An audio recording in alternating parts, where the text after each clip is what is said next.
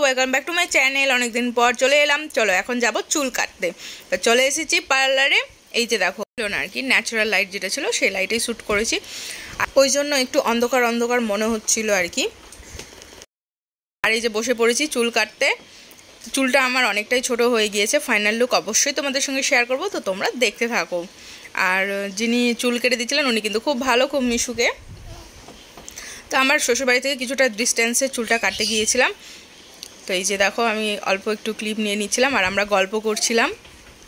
এর আগে আমি এখানে কেটেছিলাম লাস্ট টাইম, তাই আর কি এখানে এসেছিলাম। আমার ভালো লেগেছিল, পছন্দ হয়েছিল কাটটা, ওই জন্য আর কি। এরপর দেখো ফাইনাল লুক। আমার চুল কাটা তো কমপ্লিট। এই যে দেখো কাটটা অল্প একটু ছোট হয়েছে, অসুবিধে নেই, যেহেতু গরমকাল ওই জন্য আর কি একটু ছোট করে কেটে নিয়েছি। এরপর মিষ্টির দোকান থেকে কিছু জিনিস নিয়ে নিয়েছিলাম। তারপর বাড়ি এসে রান্না করেছিলাম চিকেন আর হচ্ছে টক।